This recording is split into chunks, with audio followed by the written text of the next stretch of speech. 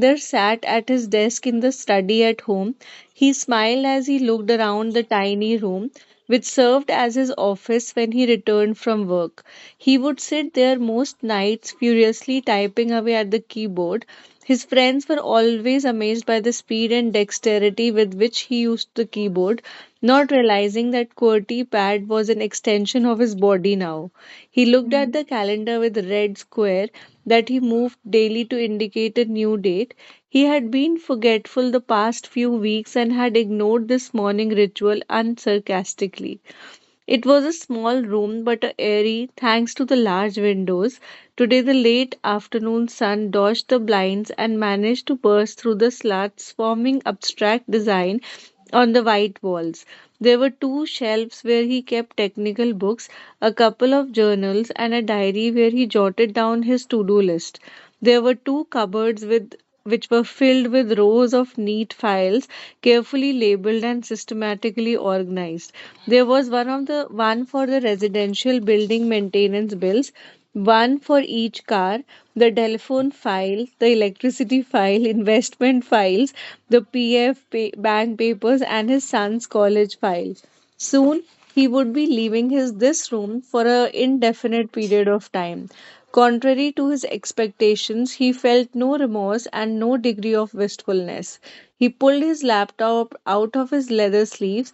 Full of energy, he could hardly wait for the computer to boot up. He opened the folders to do a final check. The past few days, he had been carefully deleting all the data. Satisfied with his sweep, he gently clicked through to shut down and replace the machine in its case. He then slid his cell phone out of his back pocket. The display picture was an old one of happier days.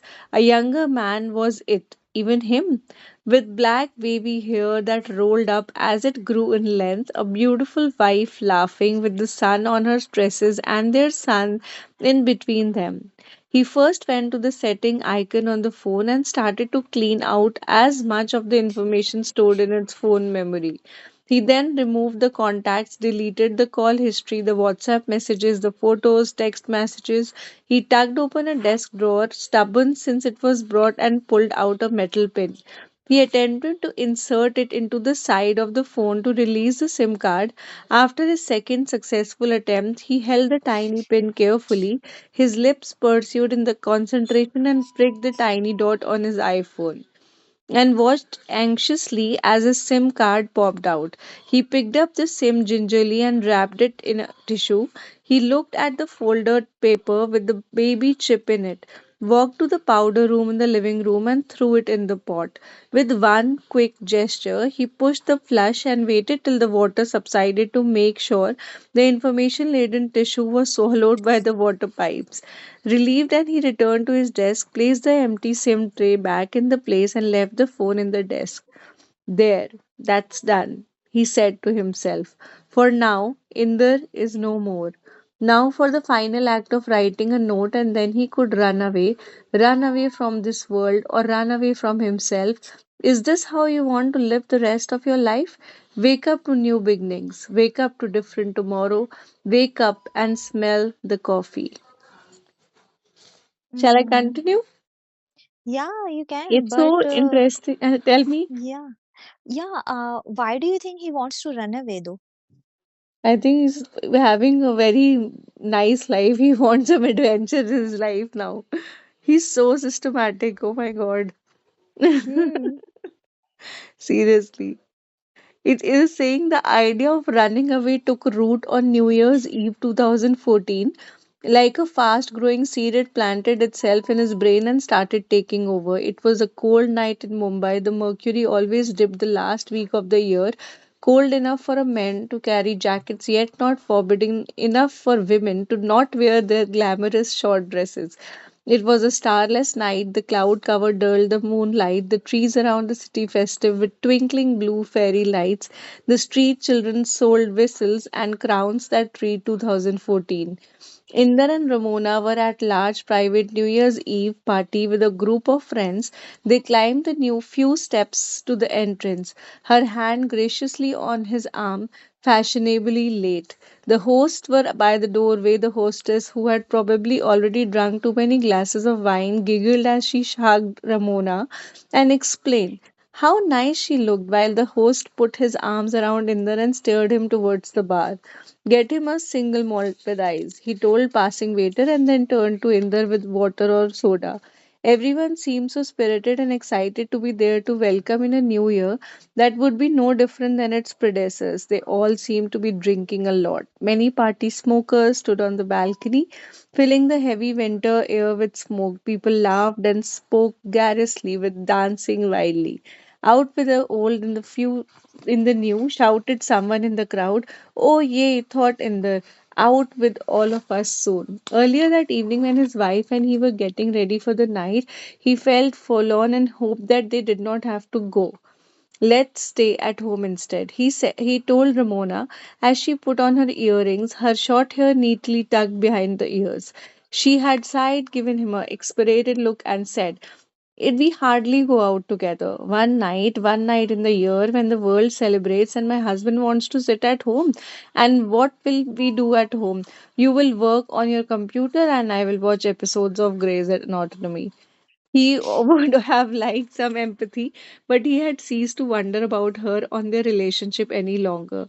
He knew she wasn't the only one at fault, and that one needed both hands to clap, but he could not help but wonder if she was the same shy girl he had fallen in love with and married 24 years ago. Really, he had started getting ready for the night. He looked in the mirror and decided he needed to shave to clean his 5 o'clock shadow. Didn't you wear the same jacket last year? She said. It was more of a statement than a question. He ignored it and it didn't matter to him and continued dressing for the night. At the party, he sat with the guys at the bar, all of them clinging the ice cubes in their whiskey glasses, listening to occasionally commenting on conversations on the stock market, the latest acquisitions and mergers, the new car models expected to be introduced on fanciful holidays that others had taken, on the forthcoming Lok Sabha elections, on Modi, Kejriwal, Rahul Gandhi, on the successes of proud parents. He never got drunk at Hmm. parties, but today he was decidedly less sober than he was normally. Earlier, alcohol made him quieter, and the boisterous party seemed to melt and blur into the random shapeless puddle made my melting wax of candle. At the countdown to midnight and the new year, everyone roses from their chair and scrambled to the dance floor with their spouses and friends. Inder got up unsteadily and found Ramona. Together they went close to the DJ and danced. At the stroke of midnight, he whispered in her ear, like he had these past 24 New Year's Eves that they had spent together as a married couple. Happy New Year, darling, and kissed her on her lips. And then friends and strangers began wishing each other, hugging and kissing anyone who was around them. An unknown overweight lady in a royal blue silk sari, her deep cleavage accentuated by her blouse, obviously drunk, came and enveloped him and wished him a sexy new year. Someone put a hat on him, people blew the shrill whistles lying around, and the waiters sprayed the party with ribbons from a can. Ramona and Inder stepped outside for a minute. They dialed their son in Bangalore to wish him. The cell phone kept ringing, and they finally gave up and returned to the party. The music tempo was in a frenzy, and everyone danced wildly. Inder found himself moving to the beat of the music, his eyes tight shut in the same way as when he climaxed. He felt singularly alone, dancing to save his life, dancing to save his marriage, dancing to save himself from the man he had become. He imagined himself alone in the vortex, the lights and the people were blurry lines around him, forming an unending tunnel with the music in the background. And that's when he thought it struck him. Maybe I should start my life again. The next morning he got up late, his head heavy, his eyelids droopy, and slit like a morning light was too strong.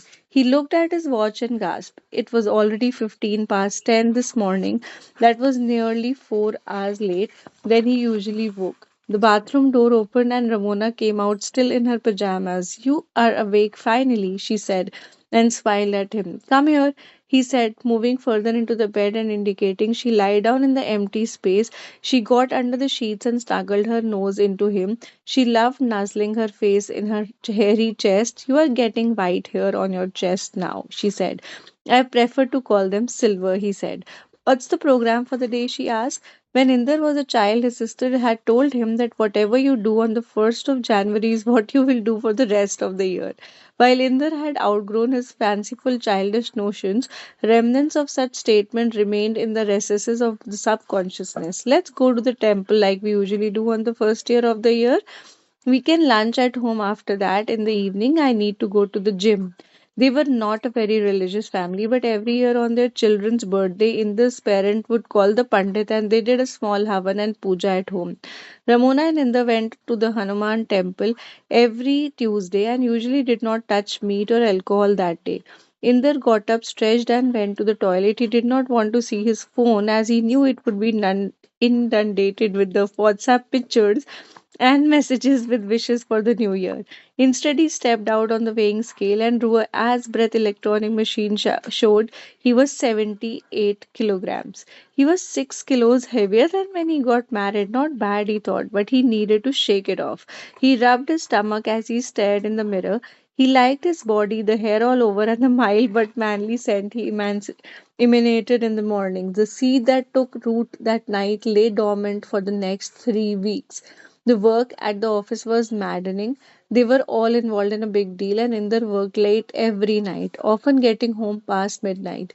He would return tired, take a quick shower, heat his dinner in the micro oven, and eat alone in the kitchen. You can hear me? Yeah, yeah, I can Acha. totally. I am actually listening to it word by word that you are saying. Yeah, it is so indulging. When Indulging as well as relatable, because correct, are we not still doing all this. Yeah, yeah, yeah, we every all do. family story. Yeah, yeah, yeah. Going to the temple, and the reminiscent of these statements that we hear as a child. Oh, whatever you'll do on the first, you'll do the rest Yeah, of the year. Yeah, seriously. yeah, it's totally relatable. True. When he was younger, he reveled in working hard. He had been ambitious and needed to put in extra effort and time. His career path had followed a well planned trajectory, and he was wealthier and more secure than he had ever envisaged. And he felt smaller and lonelier. I was happier then, he thought, and again it flashed. This yearning to run away from it all, and this time Inder had to force the thought out from his mind. He would see the new incoming management graduates join the company, eager to prove themselves. He often thought he would mentor one of them, but he was always too caught up in his own work to follow up. He lived his comfortable routine. He woke up at 6 every morning, his boxers tent like indicating that his virility was intact. He drank 2 glasses of warm water as he had heard the many benefits of hydrotherapy, and then sat on the toilet browsing the news on his phone, reading the endless WhatsApp messages and inane videos and jokes. He would go to the gym in their residential complex and work out for an hour. Inder was a keeper of records. Some people just are. And he kept a daily log on his phone of his exercise schedule, of what he ate and what time he slept. He would don a suit every morning, his ties always muted and subdued, his black shoes always polished.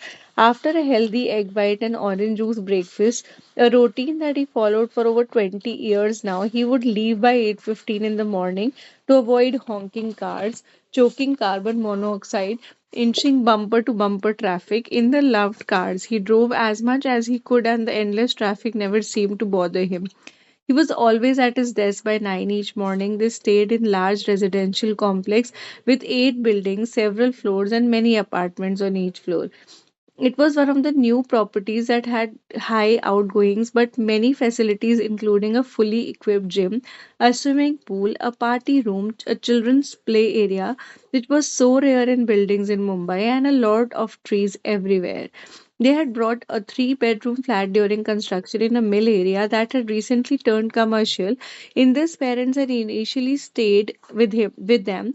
Ramona and Inder stayed in the master bedroom, and their son Shaurya in the smallest room. Soon they had always had 1 bedroom flat on the same floor. They were sure of the prices in the residential complex would spike, and their predictions were indeed correct. This one is Ramona's name. They planned to lease it to supplement their income as well as keep it as a provision for their son when he got married. I know what I face living with my in laws, Ramona had said grimly. I don't want my son and his wife to go through that. Besides, I have a place of my own after a long time and refuse to live with any other woman when he finds a bride. Inder said nothing, but his lips were pursued tight, trying to stem the words that might come out and cause them to fight again, which they now seem to be doing more than ever before. The fateful night came 3 weeks into 2014 when Inder left work. It was past 9. The returning traffic had died down and he was driving home without a driver. It was a cool winter night and Inder kept the windows rolled down. He felt troubled, alone, feeling that he had creeping up all him for some time now, a sensation that would not leave him. As he turned away from his office block, the traffic lights turned red and Inder slowed down. From nowhere, a beggar woman, her head covered with a muddy shawl to protect her from cold wind, her clothes the color of pavement, approached his window.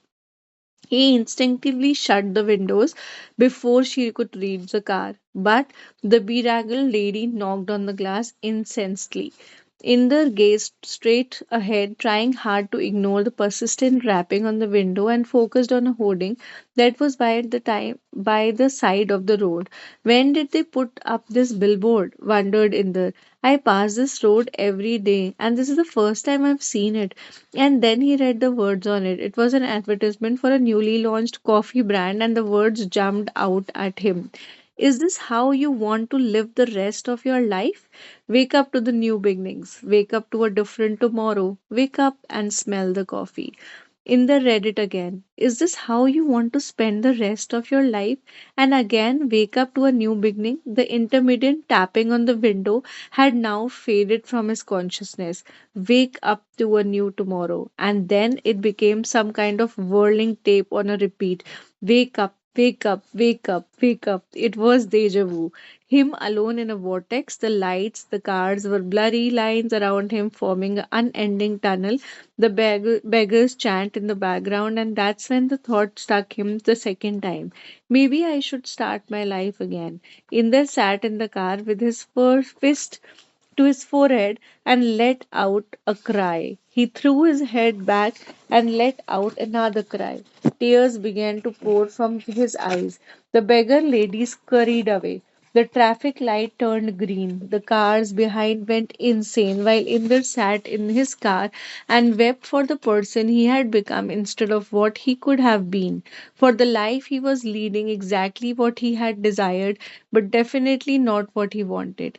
He eased the car to the side to the road where the beggar sat huddled, and other drivers overtook him and gave him the dirty glares. He put his hands in the pocket and pulled out all the notes he had, stretched his hand out to give to the beggar. She grabbed them and ran away to her corner, lest he change his mind. Inder sat in the car for a while looking at her. None are so poor as the lonely and the unloved. Hmm. This is chapter